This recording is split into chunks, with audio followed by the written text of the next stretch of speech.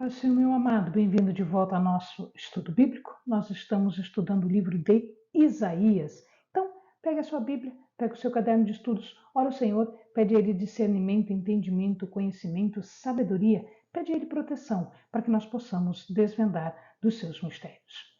Antes de nós iniciarmos, os lembretes de sempre. Não deixe de se inscrever no nosso canal e acionar o sininho, para que você possa ser notificado, avisado todas as vezes que um vídeo novo for postado.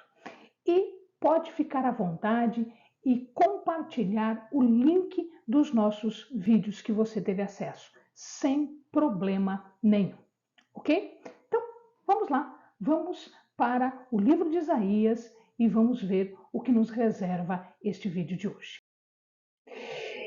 Nós estávamos vendo o cumprimento a curto prazo, que é a grande parte, né, o grande bloco que vai do capítulo 1 até o 35. E dentro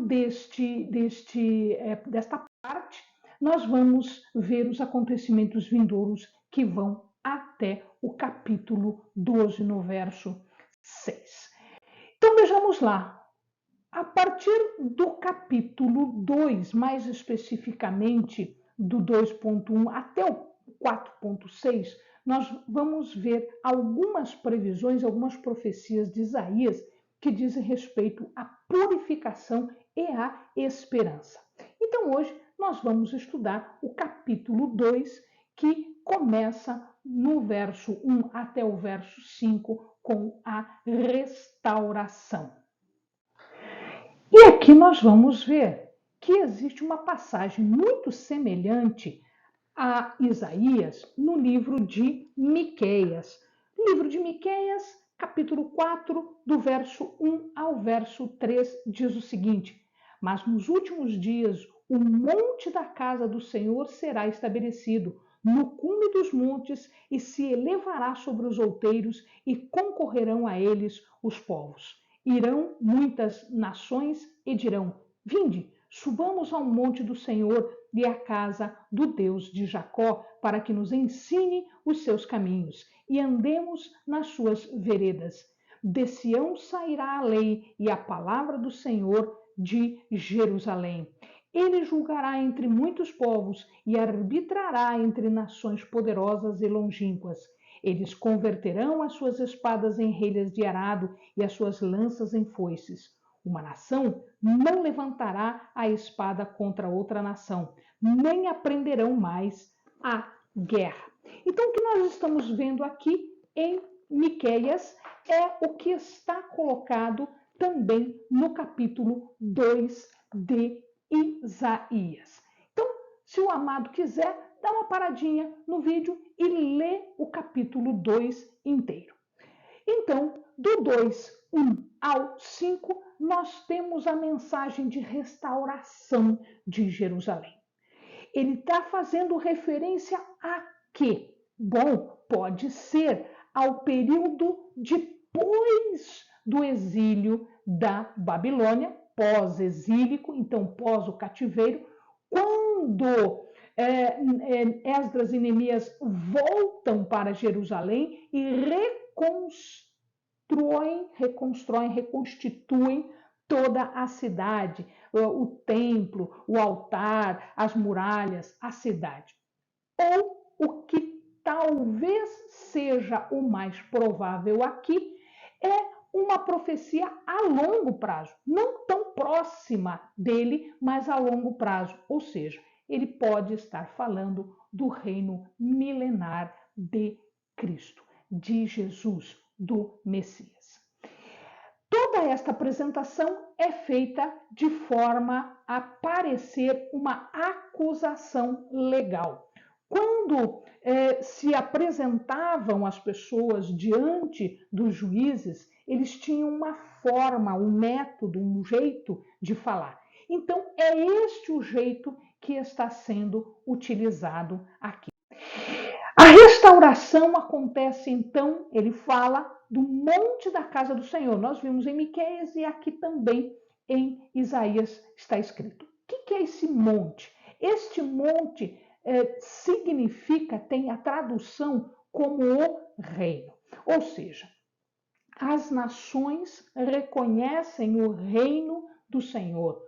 As nações reconhecem a supremacia, a superioridade espiritual de Jerusalém. Mas por que elas reconhecem isso? Porque é ali a casa de Deus, é ali a morada de Deus. Deus faz de Jerusalém o lugar que será cabeça das nações, como nós vamos ver mais para frente. Ele está falando de casa de Jacó. Lembre-se, Jacó era o patriarca. Então, de Jacó vieram todas as tribos. Então, o que ele está falando aqui? Ele está falando de Israel como um todo, de todas as tribos, de todos os descendentes. E esta casa de Jacó, ou seja, os descendentes de Jacó, é que tomarão a liderança em que? Na justiça. Estarão à frente e estarão mostrando como andar justo, como andar em justiça na luz do Senhor. A luz do Senhor está dada através das palavras de Deus, através das palavras que ele transmite pelos seus profetas, pela lei, pelos seus mandamentos. É luz para os nossos pés, é luz para quem quer andar corretamente. Do verso 6 ao verso 22, fala-se do dia do Senhor.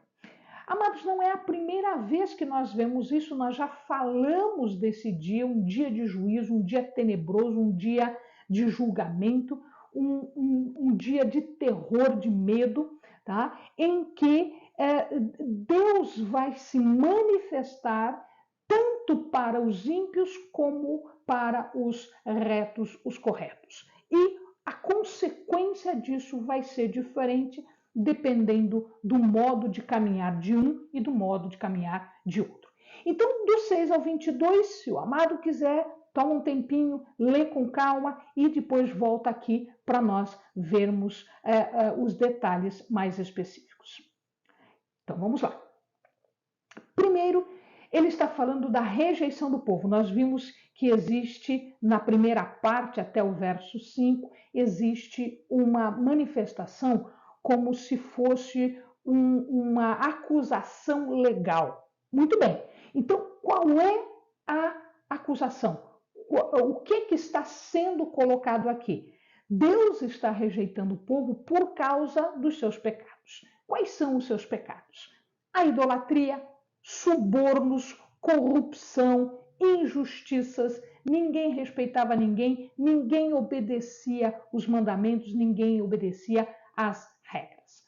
Em outras palavras, Israel se esquece dos mandamentos, ele não vive à altura do destino que ele tem. Qual é o destino do povo de Deus? Está colocado nas promessas, está colocado nos mandamentos. Ele não vive nesta altura, ele não vive neste patamar de santidade. Mas o que ele quer? Ele quer outras alturas. Ele quer a altura mundana. Ele quer a altura de coisas boas, de riquezas, de corrupção, suborno, de andar em conformidade com os seus próprios mandamentos, as suas próprias leis.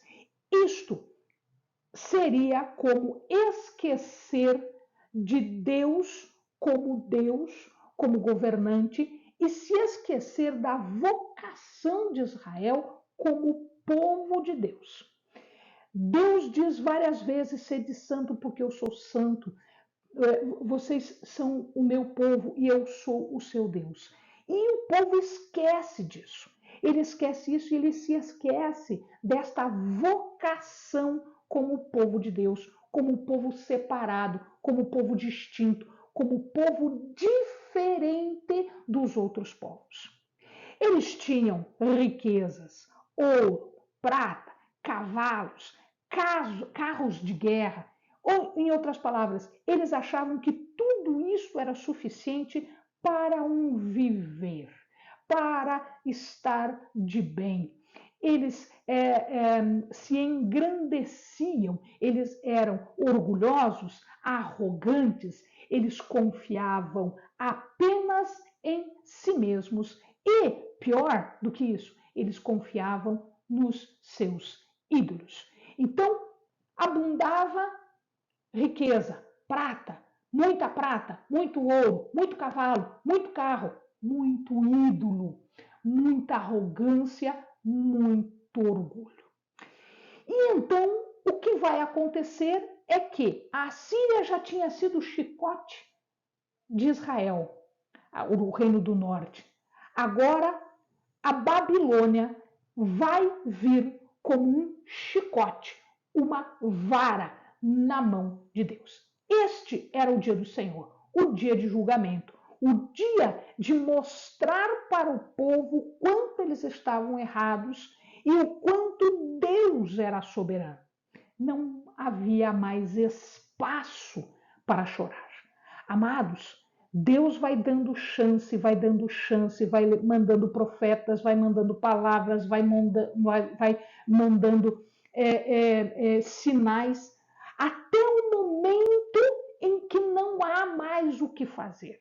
Se o povo rebelde, desobediente, não ouve as palavras, não vê os sinais e continua na sua rebelião, o que é que Deus vai fazer? Deus vai operar o julgamento. E é este o dia do Senhor, é o dia do julgamento. Não tem mais como chorar, não tem mais como regatear, não tem mais como pedir perdão, porque não há mais espaço. É tarde demais. Haverá um momento em que para o mundo será tarde demais. Estes estarão sujeitos ao dia do Senhor, ao terror do dia do Senhor.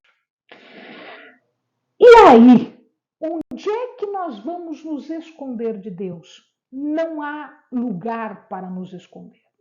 Deus conhece todos os nossos esconderijos. Deus conhece todas as nossas estratégias de fuga. Não tem caverna, não tem rocha de pedra, não tem rocha de calcário, não tem lugar nas colinas de Jerusalém, não tem lugar nas colinas, nos montes de Judá. Em vez de termos a glória, a Shekinah de Deus, nós vamos ver, sim, a face, mas a face de terror do Senhor. O dia do Senhor é um dia de terror, é um dia de pavor. O Senhor dos Exércitos vai agora contra o exército que foi o seu exército por muito tempo, que agora não é mais. Vai contra o exército de Judá, de Israel, do povo. Por quê? Porque eles eram orgulhosos dos seus carros de guerra. Então Deus vai mostrar que esses carros de guerra não são páreo para ele, nem começa a fazer efeito. Eles eram soberbos, eles eram altivos, como duas imagens aqui o profeta coloca, os chamados cedros do Líbano, que eram enormes, muito a metros de altura, frondosos, grandes, e os carvalhos de Bazã, que também eram enormes, que também eram frondosos. Então, eles se achavam como os cedros do Líbano, eles se achavam como os carvalhos de Baçã. Deus iria decepar, iria cortar os cedros do Líbano, iria cortar os carvalhos de Baçã, iria destruir a soberba, o orgulho, a arrogância, a altivez deste povo rebelde e desobediente. Os montes que simbolizam o governo, que simbolizam a soberania do povo, estes montes seriam humilhados, ou seja, os governantes, os príncipes, os reis iriam desaparecer e iriam passar vergonha, eles iriam ser humilhados pelo poder de Deus, o verdadeiro poder, que é o poder de Deus. O dia do Senhor também acontece em todas as estratégias de proteção. Torres eram feitas, muralhas eram feitas. Todas essas fortificações, todas essas estratégias de defesa, torre, muralha, exército, carros de guerra, tudo isso é inútil contra o chamado Senhor dos Exércitos. Quando ele fala em Senhor dos Exércitos, ele está falando de um poder militar que não se pode conter, é um grande poder. Deus se colocaria contra os chamados navios de Tarsis. Os navios eram navios fenícios, esses navios eram grandes navios que faziam viagens grandes e que ia da Fenícia até a Espanha, eles cruzavam o mar. Então eram navios bastante fortes, bastante poderosos. Então Deus se colocaria contra esses navios. Então nem isso era possível. Comércio seria arrasado, né? Poderio marítimo seria arrasado. Então todo esse comércio que era feito com a Espanha, com metais de riqueza, isto tudo desapareceria. As obras de arte, que era orgulho, altivez, isso tudo seria destruído. Deus destruiria aquilo que era símbolo de riqueza, símbolo de orgulho, símbolo de poder, por seu poder maior. E ele iria também alcançar os ídolos, porque eles achavam que os ídolos é que dava tudo isso para eles. Então Deus destruiria os ídolos. Deus iria acabar, destroçar absolutamente tudo. Este dia, portanto, era um dia de terror do Senhor. Dia em que Deus se revela em poder, em majestade, destruindo os seus inimigos. Para quê? Para uma destruição final e irremediável? Não. Para salvar o seu povo, o povo remanescente. Porque no dia do Senhor nós temos destruição dos infiéis, destruição dos inimigos, destruição dos rebeldes, aqueles que não se arrependem. Mas nós teremos salvação para o povo de Deus, para aqueles que são fiéis, para aqueles que têm Deus como seu guia, como a sua luz. Amados, esta é a mensagem do capítulo 2 de Isaías. Não vamos nos deixar pegar por este dia do Senhor de forma errada, na posição errada.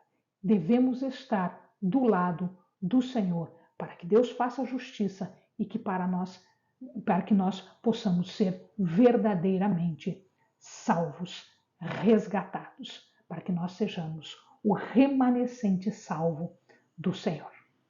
Amém, querido? Bons estudos.